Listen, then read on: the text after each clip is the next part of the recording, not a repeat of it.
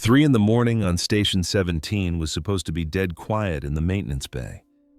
That's exactly why Garrett Holey took the graveyard shift. No suits looking over his shoulder, no other gearheads trying to chew his ear off.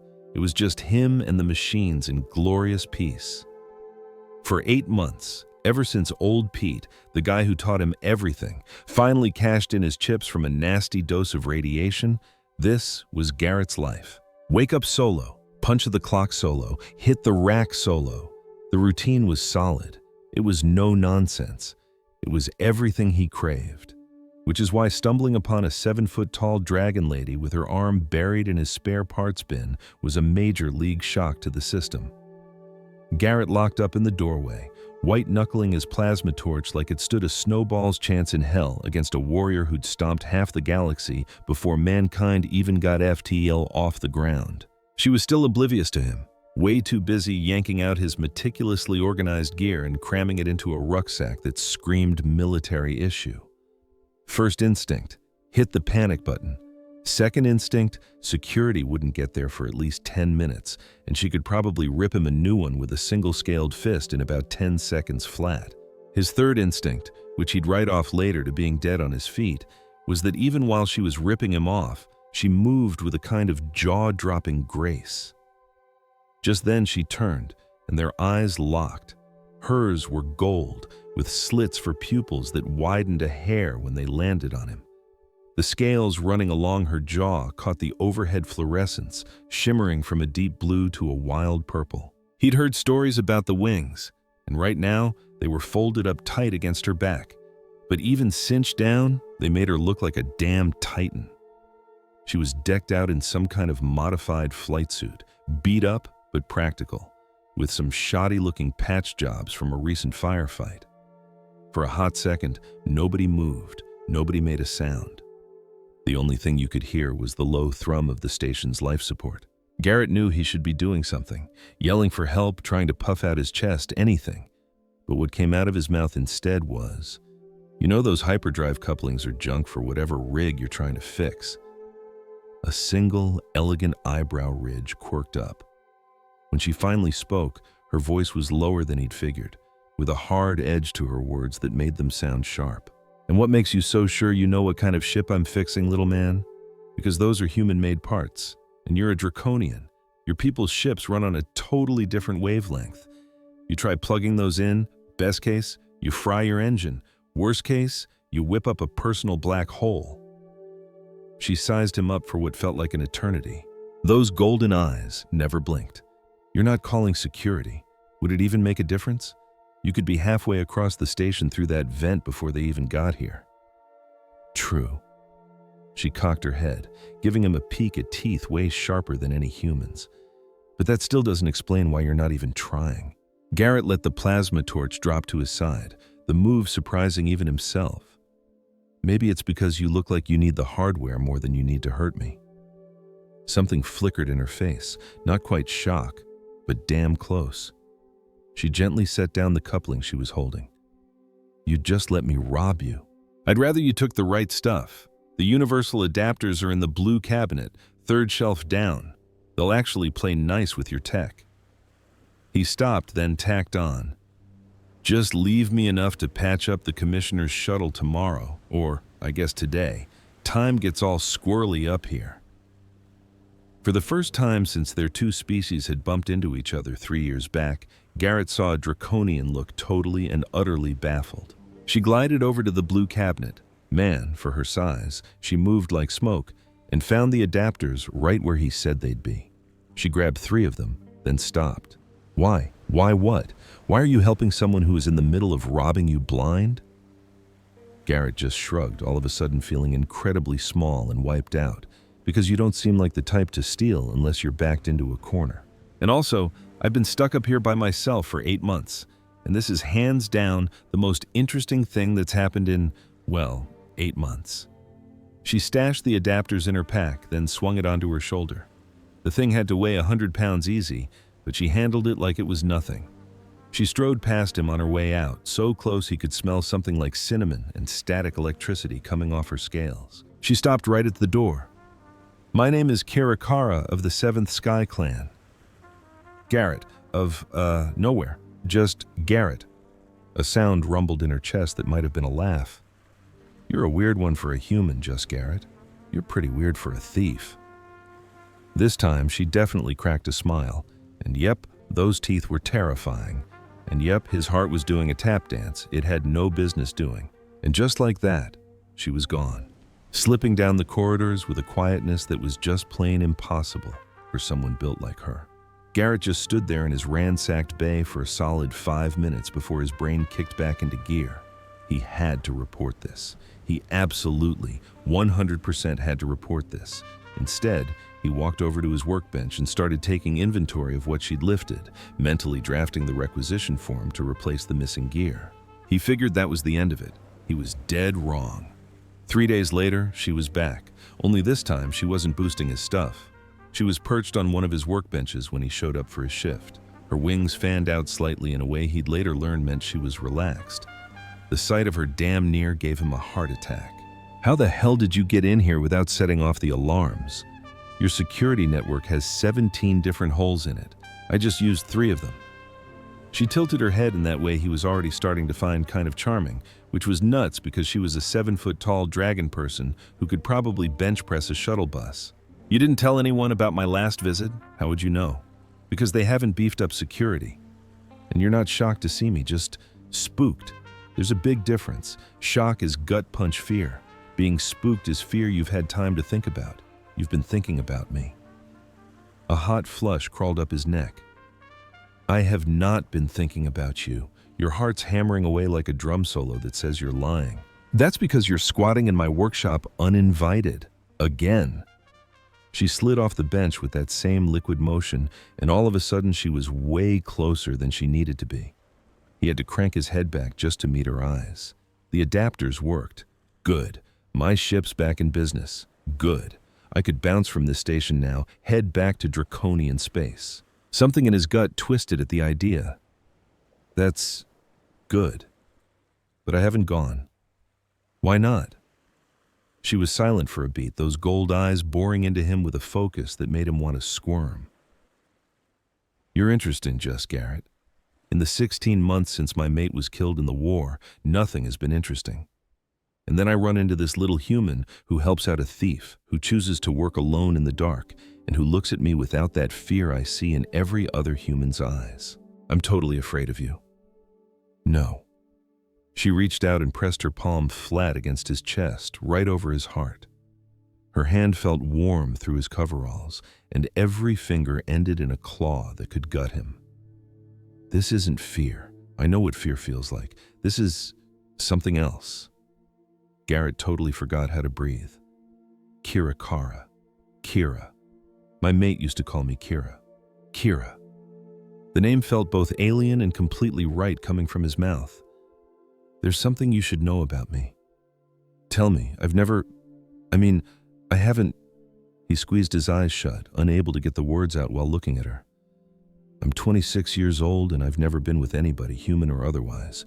I have no idea how to do this, whatever this is. When he opened his eyes, she was smiling. Not the scary, toothy grin from before, but something way softer. You think I do? My mate and I were promised to each other at hatching. We grew up knowing we were meant to be together. There was no dating, no choosing. It just was what it was. And then he died protecting our home from a bunch of pirates. And I figured that was it for that part of my life. But it wasn't. I thought it was, right up until some strange little human offered me the right parts for my ship. Her hand was still resting on his chest.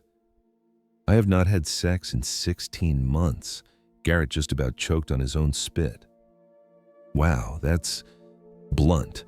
Is being straight up not a good thing for humans? It is. It's just, we usually wrap it up in other words. I don't know what you mean. It means beating around the bush, saying something without really saying it. She thought about that for a second. That sounds like a waste of time. Welcome to the human race. Her laugh was like far-off thunder, something you felt deep in your bones. See? You're teaching me things already. She pulled her hand back, and he instantly felt the loss of her warmth. I should leave. Your shift is starting, and I shouldn't mess with your alone time. You could stay. The words just flew out of his mouth. She hesitated, her wings giving a little flutter. You want me to stay? I mean, if you're not busy, I've got to retune the gravity generators on C deck. It's boring as hell, but I could use an extra set of hands if you're not, planning any big jobs. I don't know that word either. Big jobs? Heists, elaborate robberies. Ah, she smiled that smile again. Nope, no heists on the schedule for today. And that's how it all got started. She'd just show up during his shifts. Sometimes she'd help him out with a repair. Other times she'd just hang out on a workbench and watch him. She picked up on human tech crazy fast, her clawed hands being way more nimble with tiny parts than you'd ever expect. He started learning about her culture, the clans, their codes of honor, their screwed-up ideas about what it means to own something or be loyal. Your people are obsessed with having stuff, she said one night, about 2 weeks into their weird little friendship while she helped him rewire a control panel. This is my stuff. That is your stuff. Everything has to belong to somebody. That ain't how Draconians see it. We're part of our clan. Our clan is part of the sky. And nobody owns the sky. Owning something for yourself is, she hunted for the word, temporary. Then why were you trying to swipe my parts? 'Cause my ship was busted and I needed them. Need Trump's ownership. Real convenient for you. She tapped his ear with a single claw, just soft enough not to draw blood. Says the human who handed them over for free. Hey, that's totally different. How? He didn't have a comeback for that. A month slipped by, then a second. Other folks on the station started to notice the draconian lady who was always hanging around the maintenance bay. The rumor mill started churning whenever they walked through the commerce deck together. Garrett had never been hot stuff enough to be the talk of the town before. Turns out, he didn't hate it as much as he figured he would. They think we're knocking boots, Kira said one afternoon, casual as anything while they were grabbing lunch on the observation deck. She could pack away 3 times his rations and still be looking for more. Garrett damn near choked on his protein bar. What, the humans? They're whispering about that? They're trying to figure out the, mechanics. She cocked her head. Can't say I'm not curious myself sometimes. Kyra, it's just natural curiosity. The med bay databases say we're physiologically compatible. You looked that up. No way. You totally did. His face felt like it was on fire. Maybe once. For scientific purposes. Her laugh was a deep rumble you could feel through the floor plates. Scientific purposes? Yeah. Can we please talk about something else, if you want? I just don't get why humans get so bent out of shape about mating. It's just biology. It's more than that for us. How's that? He fumbled for words that wouldn't make him sound like a total dweeb. It's emotional. It's intimate. It's supposed to mean something. And you figure it means squat to us draconians, right? She went dead quiet for a long time, just gazing out at the star field. My mate's name was Thyrusville. He was a hell of a warrior, a good provider. We had a partnership, sure, but that thing you're talking about, that emotional connection, it was supposed to grow over time, but it never really did. Not for real. I'm sorry to hear that. Why? It wasn't your fault. It's just a thing humans say when someone shares some heavy stuff. Then I'm sorry too. For what? That you've been flying solo for so long you've forgotten what it feels like to have a wingman. Damn, that hit closer to home than he expected. They ate the rest of their lunch without a word, but it wasn't awkward. It was the easy silence you have with someone you just click with, which, in its own way, was terrifying. 3 months into whatever this was they had, everything went sideways. Garrett showed up for his shift and walked right into chaos in the maintenance bay. 3 draconian warriors were standing there in his workspace, their scales a bloodier red than Kira's cool blue-purple. They were decked out in full battle rattle and carrying hardware that was definitely not for show. Kyra was planted between them and his workbench. Her wings flared out in a way he'd come to know meant, back the hell off. The head honcho was spitting rapid-fire draconian. Garrett only caught a couple of words. He'd been trying to learn the lingo, but it was full of guttural sounds a human throat just ain't built for. What he did piece together made his blood run cold. 7th Sky Clan, honor, return, and what he was pretty damn sure was mating contract. Kyra shot back in the same tongue, her voice carrying a razor's edge he'd never heard before. The lead warrior took a step forward and she bared her fangs. All of them. It was genuinely bone-chilling. "What's going on?" Garrett asked, fully aware that wading into a pissing contest between angry draconians was likely the dumbest thing he'd ever done. All four of them swiveled to look at him. The red-scaled dudes looked at him like he was something they'd just scraped off their boot. Kira gave him a look that screamed panic. The lead warrior spoke, his English accented but sharp. "You're the human who's been consorting with Kira Zara." "Consorting? Whoa, man. We're friends." "Friends?" The warrior made the word sound like a dirty bomb. "She is of the 7th Sky Clan. She has duties." "Thyrus is dead," Kyra said, switching to English so Garrett could keep up.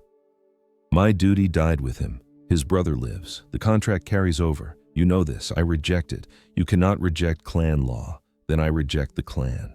The silence that fell was so thick you could cut it with a knife. Even Garrett, who knew jack about draconian culture, got the weight of what she'd just laid down. The lead warrior's hand drifted to his weapon. "You would choose exile for this?" He gestured at Garrett with pure disgust. "This small, soft human." "Yep, just that. One word, no hesitation." Garrett's brain just blue-screened. "Wait, what?" Kira turned to him, and the look in her gold eyes turned his knees to jelly. "I choose you, Garrett, if you'll have me." You... What?" The lead warrior snarled something in Draconian that was definitely not a compliment. "You have 3 days to come to your senses. After that, you're dead to the 7th Sky Clan. Your name will be burned from our history. No Draconian will give you so much as a cup of water." "I get it. 3 days, Kyra Zara. Think it over." The warriors took off, and their leaving felt even more menacing than their arrival. Garrett and Kyra just stood there in the bay, surrounded by scattered tools and the crushing weight of what just went down. "Did you just ditch your entire species for me?" "My clan, not my species. There's a big difference, Kira. You're freaking out." "Of course I'm freaking out. You just chose to be an outcast because of me, not because of you, for me, for the choice itself." She stepped closer, and he had to crane his neck back to look her in the eye. "My whole life, every choice was made for me. Who I'd mate, where I'd live, what my job was. Then I met you, and you just gave me the parts I was trying to steal, and I had a realization." "What?" "That I'd never actually chosen a damn thing for myself until I chose to come back here. To you. But your clan, my clan would have me shack up with some guy I don't want, lay eggs for someone I don't love, and live a life I didn't pick. That's not living. That's just punching a clock. You barely know me. I know you work alone because you're terrified of being left behind again. I know you name your tools and say sorry to machines when you have to take them apart. I know you hum tunes when you think nobody's listening. I know you look at me like I'm not a monster, even though I could snap you in half without trying. I know enough. I'm not Kira. I told you I've never really been with anyone. I don't have a clue how to be what you need." She let out a soft, warm laugh. "You think I do? My marriage was a done deal before I even hatched. I've never picked a mate, never dated or been asked out. We'll figure it out together. And if your clan comes back, then we'll face them together. I'm a grease monkey, not a warrior." "You're the gutsiest human I've ever met." "That's a pretty low bar. You hardly know any humans." She cupped his face in her hands, super careful with her claws. "Garrett, stop trying to find reasons for me to bail. I already chose to stay." He put his hands over hers, struck by how tiny they looked against hers. "This is insane." "Yep. Your people are gonna hate your guts for this. Yep, and we don't even know if this can work. You know, physically. Or emotionally, or any other way." "Nope, we don't." "And you still want to give it a shot?" "Yes." She leaned down until their foreheads were almost touching. "Do you?" His answer came from somewhere deeper than his brain, deeper than his fear. "Yes." Those 3 days were a total blur.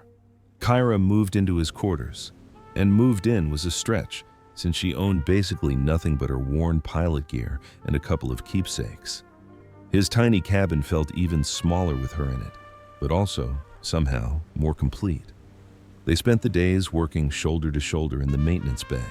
The nights were tougher. They'd lie there in his tiny bed, Kyra curled around him with one wing draped over them both like a heavy blanket, just talking about everything and nothing. About her life in the clan, about his childhood back on Earth before he ran off to space, about the future they were jumping into together with no map to guide them. "You scared?" she asked on the second night. "Terrified." "Good. Fear keeps you on your toes." "Is that some old draconian saying?" "Nope. Learned it from a weird human who gives away spare parts to thieves." He laughed and snuggled closer to her warmth. "What happens if they come back? Your clan? They won't. Once the 3 days are up, I'm a ghost to them." "That simple?" "Nothing about this is simple, Garrett. But that part is, yeah, Draconians don't waste time on the dead. And Thyrusville's brother? He'll find another mate, one who actually wants him. You gonna miss it? Your clan?" She was quiet for a long while. "I'll miss flying with my wing sisters, the hunts, the victory songs. But I'd miss you more." "You barely know me," he said again, but he didn't sound as sure this time. "Then teach me." On the morning of the third day, Garrett woke up to find Kyra standing at the little viewport, watching the stars. Her wings were pulled in tight against her back, and you could see the tension in every line of her body. "They're here," she said without turning around. He walked over to join her. A draconian ship was just hanging in the black near the station, all sleek and hungry looking. "Your clan?" "Yep." "Watching, waiting to see if I'll cave." "You gonna?" She turned and looked at him, and the pure certainty in her eyes just stole his breath. Never. Right on the dot, the second the 3 days were officially over, the ship turned and vanished into hyperspace. No goodbye, no final message. Just gone. Kyra's shoulders slumped with relief. Garrett pulled her down to sit on the bed, wrapping his arms around her as best he could, what with the size difference. She made a sound he'd never heard before, somewhere between a whimper and a growl. "I'm really on my own now," she breathed against his shoulder. "Nah, you're stuck with me. A guy who's never been with anybody and a dragon without a posse. We're a hell of a pair. The weirdest for sure." She leaned back, looking him dead in the eye. "I need you to do something for me. Anything. Show me the ropes on being human." "Say what?" "If I can't be one of the dragon folk anymore, then I'll learn to be something else, something brand new. Teach me how you guys roll." "Shoot, I'm barely winging this human thing myself. Then we'll just have to figure it out together." And that's what they did. During the day, she'd be his shadow in the grease pit, picking up not just the nuts and bolts, but the people stuff, chewing the fat with the other wrench monkeys, the whole coffee break ritual, that weird human thing of bitching about your job while being damn proud of it at the same time. She was god-awful at chit-chat at first. "Your cranial fiber arrangement is acceptable," she told Lieutenant Morrison one morning. Morrison got all self-conscious, touching her fresh hairdo. Thanks. Also, your body mass appears to be in a healthy range for your demographic." "Yeah, okay, we're gonna work on your compliments," Garrett muttered, dragging her off while Morrison just stared after him, completely clueless. But she got the hang of it. Turns out, she was a fan of human grub, especially anything hot enough to make Garrett's eyes water. She learned to crack up at human jokes, even the ones that made zero sense logically. She figured out that humans were handsy in a casual way. A slap on the back, a quick hug, a handshake. And she started doing it too, with this kind of careful gusto that was, well, pretty damn cute. She also dug into human courting rituals, which cooked up some real interesting moments. The archives indicate human males frequently offer floral arrangements during courtship, she announced one day, handing him a bouquet of orchids that were definitely 5-finger discounted from the commissioner's private garden. Usually, it's the other way around, but hey, I appreciate the thought. Also, we probably ought to book it. They barely got back to his place before security showed up. Another time she said, "I've been researching human mating displays. Please, for the love of God, don't call them that. The data suggests I should adopt provocative attire. Kira, you're 7 feet tall with wings and natural body armor. You're already provocative. But I'm not soft. Humans prize softness in a partner. Not all of them. You don't." He took her hand, tracing his thumb over her fine scales. "I dig you just the way you are. Even if I'm not human, especially because you're not human. Humans are a mess of complications. I'm not complicated. You're complicated in a whole different way. A better way." She sized him up with that look of hers that still got his heart hammering. Show me. Show you what? How humans show affection, physically, beyond the casual stuff. His throat went bone dry. Kira, we've been bunking together for days, sharing a bed, but you don't touch me like the archives say human mates do, because I don't know the first thing about it, and I don't want to hurt you or let you down or... She shut him up by pulling him right up against her, real careful-like with her strength. You could never let me down. You gave me a choice. You gave me my freedom. You gave me a place to hang my hat when I'd thrown everything away. How could that ever be a disappointment? This is a whole different ballgame, because it's about getting physical. Yeah, then we take it slow. We'll learn, just like we did with everything else. She nuzzled his neck, a move she'd copped from watching human couples. Unless you don't want to, I want to. The words barely squeaked out. God, I just don't have a clue. Then we'll figure it out together. What came next was the most clumsy, sweet, and fumbling discovery of his entire life. She was patient with him being a rookie, letting him call the shots, figure out what clicked between their crazy different bodies. Her scales weren't cold like he'd figured, but hot, like she was running a fever. The spots where scales gave way to softer skin were just unbelievably sensitive. She purred, actually purred, when he traced the edge of her wing membranes. Is this okay? He kept asking. Quit asking and keep touching. When they finally went all the way, it was nothing like either of them had ever had, or even imagined. Awkward and alien and absolutely perfect because it wasn't. Afterwards, they were all tangled up, her wing draped over both of them, his hand just drawing little circles on her scales. The archives didn't say it would be so. She hunted for the right word. Intense. Connecting. Like our souls were touching, not just our bodies. That's some high-level poetry for you. You're rubbing off on me with all this human mushy stuff. You love it. She was quiet for a tick. Yeah, I do. 6 months flew by. Their weird little setup got a lot less weird, just becoming another piece of the station's scenery. The dragon exile and the human grease monkey. They got invited to parties as a couple, asked to play ref in arguments between human and draconian traders, and somehow became the poster kids for getting along between species. We're a big deal, Kira announced one day, showing him a newsfeed on her datapad. Unlikely romance bridges species divide.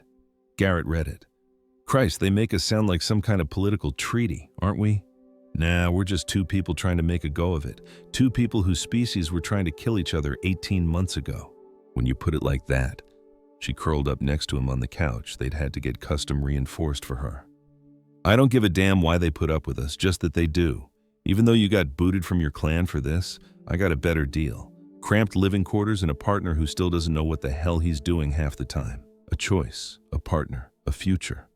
I made my own call. She gave his ear a playful little nip.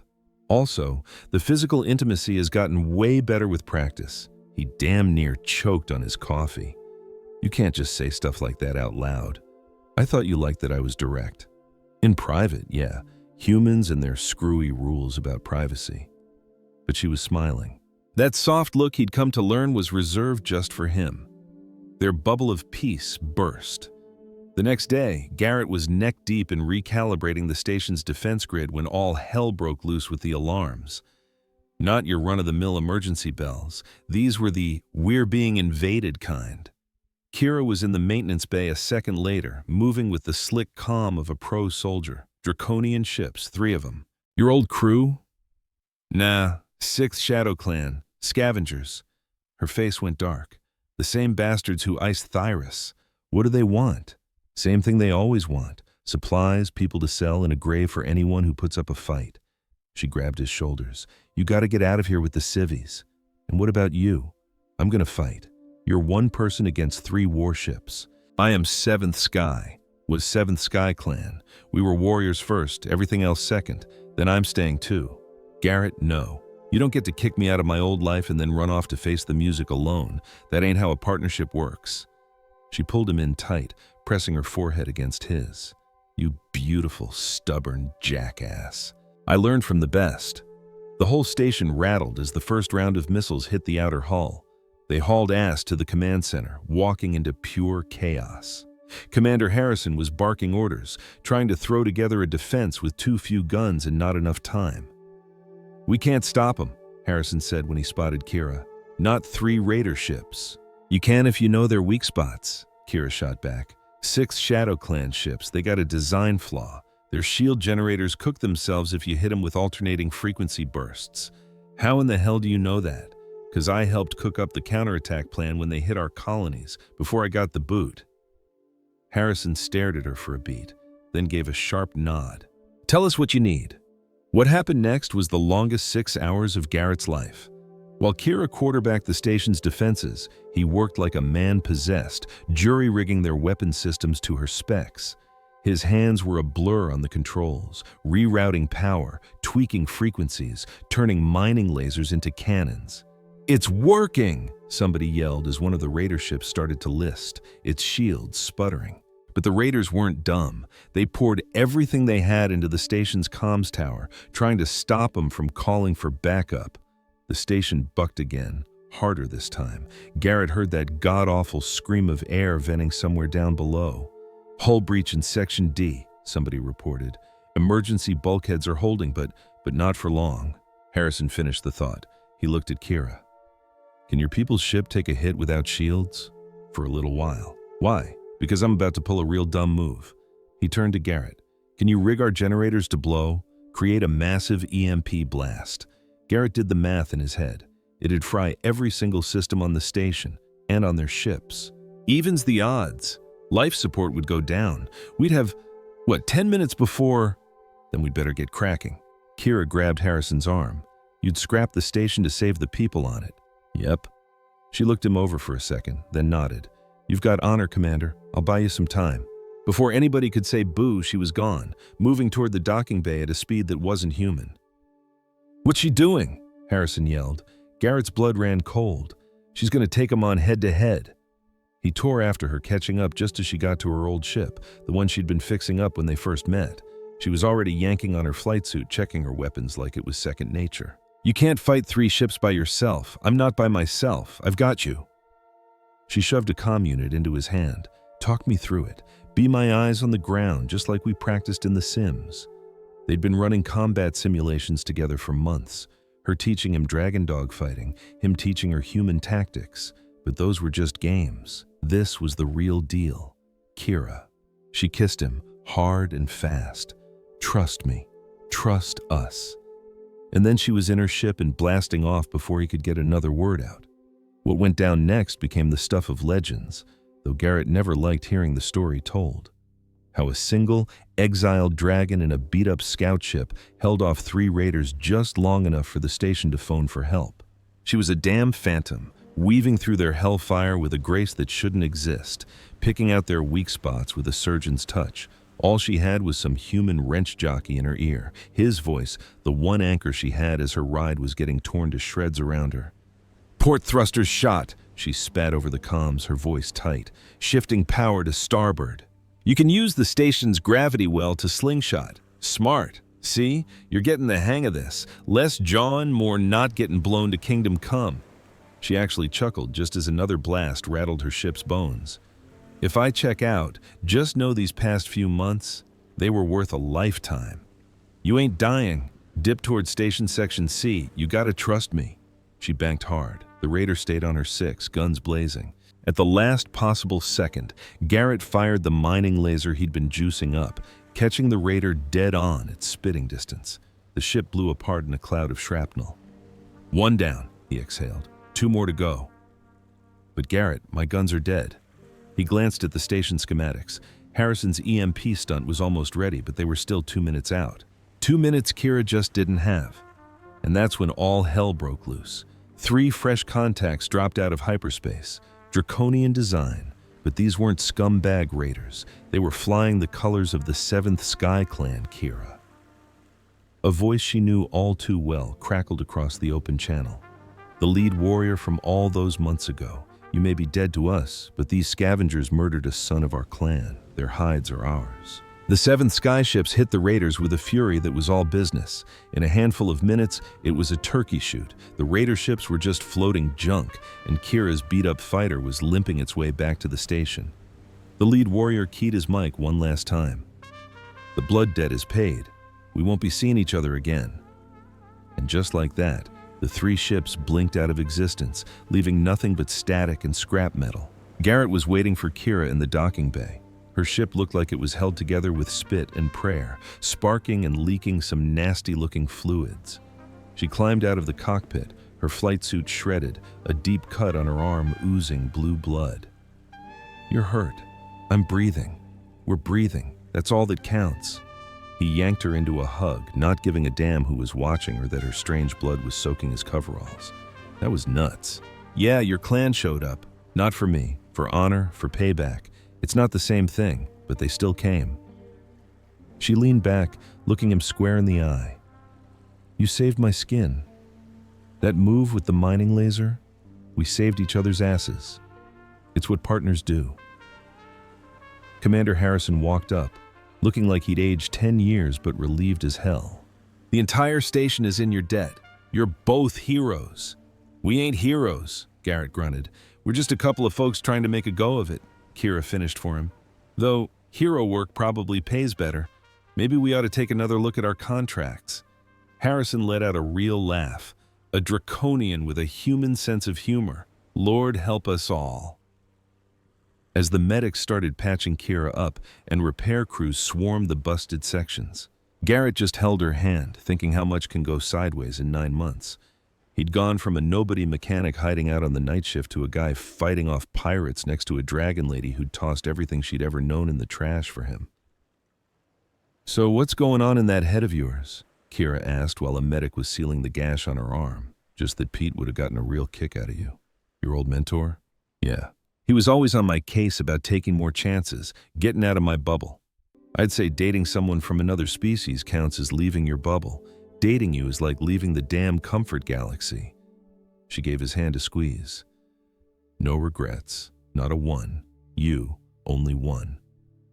His stomach dropped. "What? That it took me 16 months to finally track you down?" "Oh." The medic was a pro. Didn't even blink when Garrett leaned in and kissed her, right there in the med bay for God and everyone to see. It was clumsy as hell, with him being so much shorter and her arm being busted and her scales still flaring from the combat high. It was perfect. 3 years later, the maintenance bay of Orbital Station 17 was supposed to be dead quiet at 3 in the morning, station time. That's exactly why the rookie mechanic picked the graveyard shift. No bosses breathing down her neck, no interruptions, just her and the sweet hum of machinery. Which is why stumbling on a human and a draconian all wrapped up on a workbench was, to put it mildly, a bit of a shock. "Shop's closed, kid," Garrett called out, not even looking up from where Kira had him pinned. My apologies, sir. I had no idea." "Bay 12 is open," Kira offered, her voice husky. "The tools are junk, but they get the job done." The rookie bolted. Garrett could hear her boots clattering down the corridor. "We're going to give the entire night shift a complex," he said, but he was grinning. "They'll get over it. Besides, this is where it all started. It's got sentimental value. You didn't even know what sentimental meant back then. I've been tainted by all your human mushiness." She rubbed her head against his neck. "And I'm pretty sure the traditional anniversary gift is to relive important memories. That is not even close to being a thing." The database says a lot of crap. She sat up, pulling him up right along with her. In the low glow of the bay, her scales shimmered with that crazy blue-purple that had hooked him from day one. 3 years had left their mark on both of them. He'd grown a spine. She'd picked up more human quirks, and they'd both figured out all the nuts and bolts of making their impossible thing work. "You ever think about what would have happened if you'd shot me that first night?" she asked. "You mean if I'd tried to shoot you? I'm pretty damn sure you would have just dodged it. Maybe, or maybe I would have let you. Why? Because even back then, there was something about you that was different, worth the gamble. A lonely wrench jockey hiding in the shadows was worth your life? You were never hiding, Garrett. You were waiting. We both were." He lightly traced the line where her wing met her shoulder, the spot he knew drove her crazy. For what? For someone to choose, and for someone to choose us back, and right now we got a job to do. She stood up, pulling him to his feet. The commissioner's shuttle ain't gonna fix itself. That was 3 years ago. Different shuttle, same commissioner. The guy's still a disaster when it comes to landings. They fell into an easy rhythm, working side by side, fixing the shuttle like a well-oiled machine. Somewhere on the station, that rookie was probably spilling her guts to anyone who'd listen. By the morning shift, the whole station would be buzzing about how the famous interspecies couple had christened the maintenance bay. We are never going to hear the end of this, Garrett sighed. Do we give a damn? He thought about it. 3 years ago, he would have died of embarrassment. Now? Not so much. Good. Because I've been looking into human customs, about having kids. Kira, we literally can't have kids. We're not even the same species. No, but we could adopt. The war made a lot of orphans, human and draconian. He damn near dropped his spanner. You want kids? I want a family. What we're building here, you and me, it's brand new. Something nobody's ever seen before. Why not go all the way? Raising kids on a tin can floating in space, raising them to be a bridge between our two worlds, teaching them that carving your own path is a hell of a lot more important than doing what you're told. She leaned in, towering over him like always, but he'd stopped feeling small in her shadow a long time ago, teaching them that love is worth risking it all. Garrett put his tools down and pulled her in for another kiss. It was still awkward as all get out with the height difference. Her teeth were still scary sharp. She still smelled like cinnamon and ozone. It was still perfect. Okay, he mumbled against her lips. Okay, let's adopt some kids and screw them up with our freaky interspecies love. That is not how raising a child works. And how would you know? You just started reading up on it. The databases are quite thorough. The databases also told you that flowers grow on metal. Bulkheads. That was a mistranslation. They bantered back and forth, comfortable as an old pair of boots as they finished the repairs, sketching out a future neither of them could have dreamed of back when a desperate dragon woman busted into a lonely mechanic's supply closet. It wasn't the life either of them planned. It was better. It was the one they chose. And out there in the big, black empty, in a repair bay that stank of engine grease and ozone, two souls who had no business being together kept on building something that shouldn't have been possible, but was. Proof that sometimes the best things you get are from taking the stupidest chances.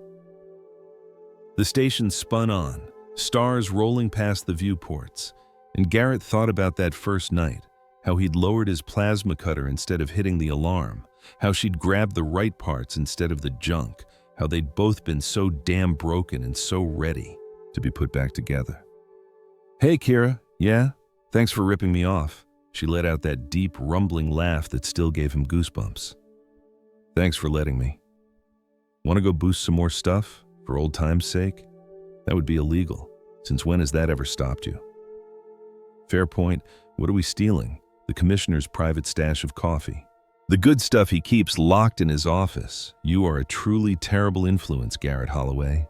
I learned from the best, Kira Gara of the Seventh Sky Clan, formerly of the Seventh Sky Clan. Nah, you'll always be Seventh Sky, just with a human footnote now. She thought about that for a second. I can live with that. They buttoned up the shuttle just as the dawn cycle kicked in, the station groaning to life around them. Pretty soon the day shift would roll in, and the bay would be a zoo of noise and people. But for now, it was theirs. Their starting line, their hideout, their home. 16 months, Kira said out of the blue. What? When we first met, I told you I hadn't been with anyone for 16 months. Well, it's been 3 years and 9 months since that day, and I haven't missed a single one. Kira, that's just raw data, and I'm all about the data, you know? She cut him off with a kiss. By the time they finally surfaced for air, the first guys from the day shift were already clocking in. No one even blinked at finding the station's most famous item there. It was pretty much the law of the land. If you pulled a maintenance shift, sooner or later you were going to walk in on Garrett and Kira getting all mushy in the exact spot they first met. "Morning, Chief," one of the grease monkeys called out. "Hey, I'm the head honcho too, you know," Kira shot back. "Got seniority and everything. You've been here, what, 3 years? I'm sitting on 8, plus I'm older in standard years." "Yeah, by how much?" "Not important. Age equals wisdom." Right. Is that why you tried to install a flow regulator backwards yesterday? That was totally intentional. I was just keeping the rookies on their toes. Sure you were, babe. As they went back and forth, strolling hand in hand toward their digs, the new girl from the night shift just watched them go. She couldn't wrap her head around it, the whole thing with the tiny human and the giant-ass dragon. But seeing them like that, so chill and affectionate, moving like two parts of the same machine, the way they just kind of shifted for each other without a thought.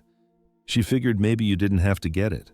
Love didn't have to add up. You just had to choose it. Every day, every second, every time the universe told you it was a fool's bet. And down in the maintenance bay of Orbital Station 17, where a broke mechanic once ran into a desperate thief, the morning crew started their grind, making damn sure not to touch the tools on Bench 3. Everybody knew that was Garrett and Kira's spot, where the magic happened, where stuff that ain't supposed to be possible becomes possible, where love, against all the damn odds, scored a big win.